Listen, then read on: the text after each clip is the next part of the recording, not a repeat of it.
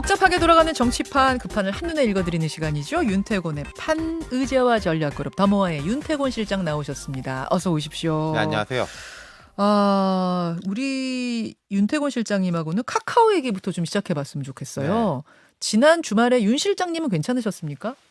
아니, 저도 당연하게 카카오가 안 되죠. 그 모두가 마찬가지인데 그래도 주말이래 가지고 네. 이렇게 크게 이렇게 뭐 제 개인적으로 불편함은 없었던 것 같고 또 제가 뭐 다른 메신저 서비스를 쓰는 게 있어 가지고 에이, 가까운 지인들하고는 예. 그걸로 이제 소통하고 저랑 그랬습니다. 똑같으시네요. 예. 그러니까 우리처럼 주말이라 그냥 채팅 정도 못해서 불편하다 네. 하는 사람은 괜찮았는데 이걸로 사업하시는 분들, 그렇죠. 택시 운전하시는 분들, 이걸로 예약 받으시는 분들, 송금해야 되는 분들 이런 분들한테는 굉장히 곤란했다는 네. 거거든요.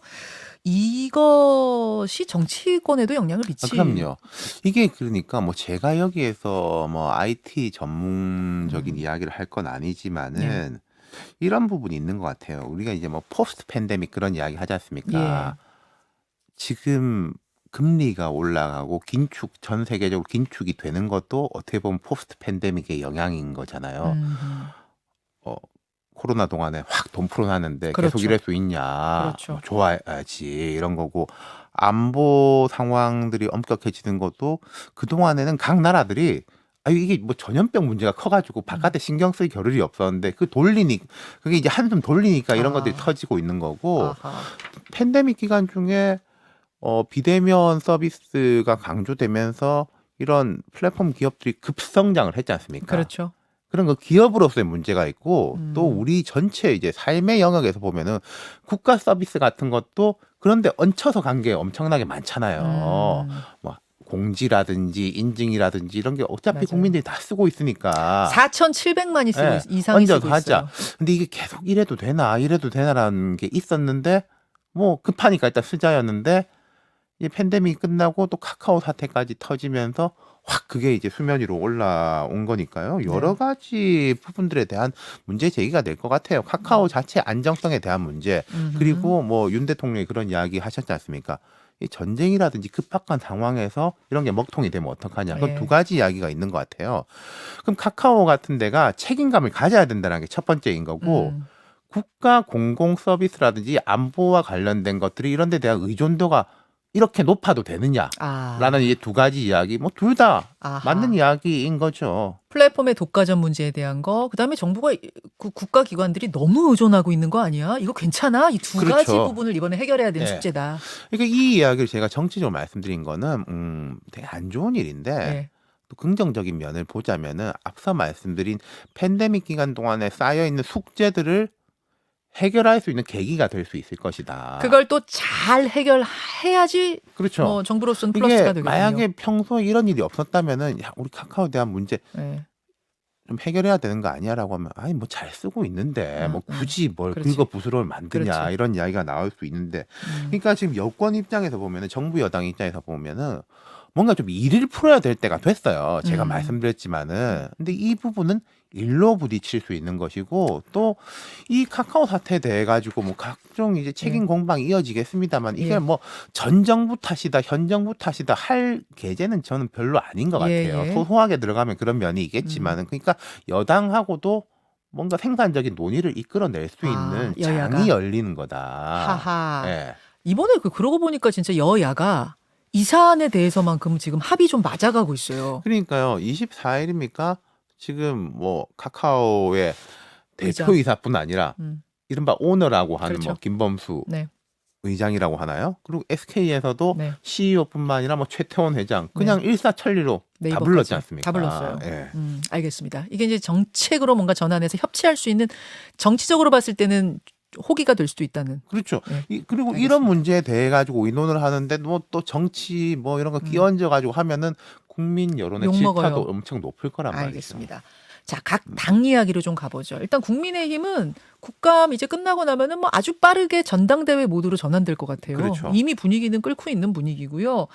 어떻게 보고 계세요? 돌아가는 판. 그러니까 전당대회 분위기가 이제 뜬다. 그리고 뒤에 제가 자세하게 말씀드리겠지만 이런 부분이 있는 것 같아요. 사실은 어느 당이든지 간에 전당대회를 하면은 컨벤션 효과도 일으키고 예. 국민들 관심도 일으키고 음. 또 조금 이렇게 잠재해 있는 지지자들도 이제 불러 일으키고 음. 하면서 축제장이 그렇죠. 돼야 되는 거거든요. 그렇죠. 근데 얼마 전에 민주당 전당대회 있을 때도 국민의힘이 막 이제 신났어요. 아이고 잘한다. 국민의힘이 예, 그렇죠. 강성 지지층 위주로 예. 이렇게 되면서 우린 좋다. 국민 관심은 별로 없고. 네, 그리고 우리가 지금 상황이 안 좋은데 그래도 이제 이재명 대표랑 이렇게 강성 지지층이 올라서면 우리가 숨통이 트일 거다. 국민의힘이 그랬어요. 예, 그런 면 사실 있었죠. 대통령 지지율하고 국민의힘이 이준석 사태 등으로 해서 정말 안 좋은데도 예. 불구하고 예. 민주당이 기대만큼 치고 올라가지 못했단 말이에요. 그렇죠. 지금까지. 그렇죠. 그런 면이 있는데 지금 이게 공수역전인 것 같아요. 아, 국민의힘의 전당대회 축제판이 열리려고 하는데 민주당이 웃고 있어요. 그렇죠.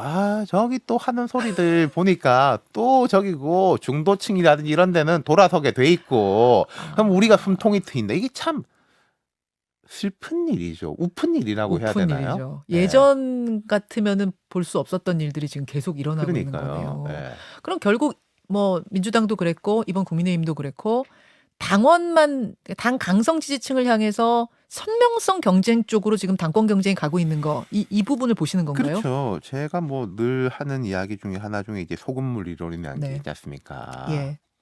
물이 증발하면 그러니까 음흠. 지지층이 이제 날아가 버리면은 강성 지지층은 그대로 있다고 하면은 그 상대적인 비율은 높아지는 그렇죠. 거잖아요. 짜지잖아요. 그렇죠. 그럼 물을 부어야 되는데 예. 소금을 더 퍼붓는단 말이죠. 더 짜죠. 그렇죠. 더 강성. 그래서 악순환이 되는 거죠. 중돈 떨어져 나가. 예. 뭐 이런 식의 악순환. 그러니까 이게 전략적으로 하는 것도 있고 아니면은 의도치 않은 것에 대해 가지고도 그렇게 가는 게 있고 음흠. 김문수 경사노위 위원장 발언 같은 게 네. 대표적인 경우 아니겠습니까? 아, 제 이분 발언을 보면은 그러니까 국민의힘 쪽에서 의원들이 이렇게 하시는 분들이 되게 보수적인 분들이 되게 이제 표현의 자유를 강조하는 네. 양심의 영역이고 표현의 자유인데 왜 그러냐? 그래요. 그런 부분이 있을 수 있죠. 각자가 이렇게 생각하는 바가 예. 있을 수 있는데 근데 그 표현의 자유와 양심과 소신의 문제가 고위공직 음. 을 맡는 사람한테도 똑같이 적용되는 거냐? 저는 그건 아니라고 생각해요. 음흠. 권한하고 책임은 똑같이 가는 거고 우리가 뭐 대통령의 말 가지고도 막 얼마나 시비가 많이 붙었습니까? 그렇죠. 그럼 대통령이 지금까지 말씀하신 것 중에 음. 뭐 표현의 자유라든지 양심의 영역 그런 걸로 이야기하는 게 아니잖아요. 예. 여야의 무슨 말 같은 것에 대해서도 이 부분도 마찬가지인데 김문수라는 자연인이 네. 뭐 자기 SNS에서 그렇게 썼다라고 하면 유튜브에서 하는 거야 네. 맘인데. 그러면은 비판 받겠죠. 비판 받는데 비판은 비판이고 그분이 그렇게 표현하는 건 표현하는 건데 이건 그렇지가 않은 거고 그리고 두 번째로 들어가면은 자 국민의힘이라는 여권은 이렇게 대답을 해야 됩니다. 근데 이분이 경사노위 즉 구노사정위원회인데 여기서 노사정을 다 이끌어내 가지고 합의를 도출낼 역량을 충분히 가지고 있다. 이 표현의 자유하고 그건 별개다. 예. 라는 대답을 할 수 있느냐. 제가 볼 때 거기에 대해서 대답을 안 하고 있어요. 개인의 자유다, 표현의 자유다라고까지는 얘기하지만 그렇기 때문에 그것은 잘 할 그거고. 수 있느냐 일을. 근데 그거는 조금 상식적으로 생각해 보면은 그런 표현의 자유와 소신을 가진 분이 경사노위라는 것은 결국 좀 합의제 기구고 합의를 도출시켜야 되는 데인데 그런 걸 하기는 되게 어렵겠죠. 중재 역할을 하기가 예. 쉽지 않다. 그러니까 그분이 뭐 개인의 자유라고 치더라도 표현이야. 과연 이 직책, 장관급 이 직책, 중재해야 되는 이 직책에 맞는 것이냐는 별다른 문제란 말을 말씀해 그렇죠. 주시죠. 거기에 대한 대답이 필요한데 뭐 노동을 잘 아는 분이다 계속 이렇게 하고 있어요. 근데 지금 당 안에서는 제가 아까도 뭐 다른 분한테도 질문했지만 굉장히 옹호하는 발언이 많이 나오고 지지층에서도 시원하다. 이런 또 지지 문자도 많이 오고 막 그런다고 해요. 그러니까요. 그 소금물 발언, 소금물 이론하고 연결되는 거고 이런 게 이제 악순환이에요. 지지율이 낮아지면은 이른바 강성 핵심 지지층만 남아 있지 않습니까? 예. 그럼 그분들한테 계속 소구력을 보이려고 하는 거예요. 어차피 중도층 뭐 지금 뭐 관심도 없고 하는데 관심 있는 사람들한테만 잘 라도 해야 보이려다 되겠다. 보니까 그거라도 잡아야겠다. 우리가 전당대회가 지지율을. 당원하고 그리고 여론조사도 우리 당 지지하는 사람 위주로 된다면은 어떻게 해야 되겠냐. 근데 그러면은 중도층은 더 떨어져 나갈 거예요. 그 악순환인 거죠. 그래서 연결되는 것들이 저는 뭐 그것도 개인 소신인지 모르겠습니다만은 참 이제 정치인들이 보면은 과하다 싶을 정도로 음. 님비 현상은 있는 거지 않습니까? 우리 음. 지역에는 좋은 것만 갖고 와야 그렇죠, 되고 그렇죠, 그렇죠. 전체 입장에서 필요한 것도 절대 우리 지역에서는 안 돼. 옆 네. 동네 네. 가라고 밀어내는데 무슨 핵을 우리 지역에다가 이렇게 하겠다라는 이야기가 하하. 나온다든지. 아, 전술핵 배치, 예, 그리고 뭐 여성들 그 군사 뭐죠? 군사 훈련, 훈련 뭐 교련, 받아야 예. 된다라고 한다든지. 참 이건 보기 드문 현상이죠. 그래서 아까 이제 음. 민주당이 즐긴다라는 게 아. 이런 부분이겠죠. 민주당 역시 지지율 낮을 때 이제 그 지지율 그거라도 잡자라는 심정으로 계속 더 짜졌던 거. 그렇죠. 선명성 지금 그러니까 국민의힘에서 똑같이 벌어지고 있다. 제가 이제 민주당 정치인인데 네. 그 뭐 핵 이야기 하는 분하고 같은 지역구 있는 사람이라면은 완전 신나겠죠. 오케이. 동네 사람들 만나고 다니면서 얼마나 이야기하겠습니까? 지금 뭐 이러면은 뭐 그 도로 뭐 한국당 분위기로 가는 거야 이런 얘기도 지금 내부에서 나와요. 중도층 떨어져 나가면은. 그러니까요. 여기에 대해 가지고 좀 브레이크가 걸려야 될 텐데 뭐 어떤 식으로 걸릴 수 있을지 앞서 이제 뭐 조수진 의원도 나오셨지만은 초재선 의원들 만나 보면은 제가 이거 아닌데 하는 분들이 있거든요. 그럼 이거 구조적인 문제도 있어요. 이건 이제 이준석 전 대표도 그런 이야기를 많이 했는데 지금 국민의힘의 의석 분포를 봤을 때 만약에 이제 이른바 스윙보터 지역, 뭐 예. 수도권이라든지 뭐 이런 곳에 의원들이 많다면 이런 분위기가 안 나올 것인데 음. 영남 쪽에 많다 보니까 이분들은 공천이 제일 중요한 분들이다. 공천만 받으면 일단은 되니까. 그러니까 뭐 전체의 파일을 늘리는 네. 것보다는 내가 나의 중요해. 코어를 지키는 게 중요하니까 이런 식의 경쟁이 간다는 아하. 거죠. 수도권에서 나올 의원들은 속이 터지겠네요, 지금. 그렇겠죠. 알겠습니다. 예. 유승민 바람이 불 것이냐? 아니다. 뭐 나이든 이준석이다. 어제 하루 종일 또 설전이 대단했거든요. 어떻게 보세요? 제가 지난주에 말씀을 드렸나 안 드렸나 모르겠는데 이준석, 유승민 이런 뭐 흐름이 이어지는 것인데 그때 이제 플러스 2, 마이너스 2 이야기는 네. 지난주에 했고 결국 이제 윤 대통령하고 당에 달린 거라고 봐요. 저는 대통령 지지율이 좀 올라가고 중도화가 되고 아까 말씀드렸던 네. 카카오 사태라든지 이런 데 대한 생산적 논의가 이어지면은 자연스럽게 그 바람은 가라앉을 수밖에 없고 아니 대통령이 그래도 하려고 하는데 이제 좀 일이 돌아가려고 네. 하는데 또 이걸 뭐 발목 잡고 그러냐라는 여론이 올라갈 것이고 그러면 바람이 더 분다. 예, 앞서서 말씀드렸던 그런 이제 소금물에다 소금 더 넣어 이런 식이 되면은 네. 이거 이제 유승민 같은 사람이라도 나와야지 매기 효과가 일어나는 거 아니야? 아, 오히려 그렇게 된다. 라고 될 수 있겠죠. 그러니까 이건 유승민 오. 전 의원 본인보다는 다른 주변 환경에 달려 있는 것이다. 네. 예. 전대 룰을 아예 바꿔가지고 유승민 바람을 잠재우겠다 이런 시도도 지금 있잖아요. 그것도 저는 별로 좋지 않다고 봐요. 그러니까 이른바 실력 대결을 해가지고 우리가 더 우위다라는 걸 보여줘야 되는 거지. 왜 이제 골대 옮기기 그런 말 하지 않습니까?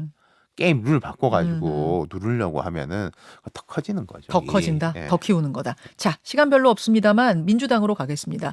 민주당 이제 이재명 대표에 대한 이제 재판이 시작되면서 사법 리스크가 점점 더 커지는 거 아니냐? 뭐 쌍방울 압수수색 이야기도 나오고 이러면서 말이죠.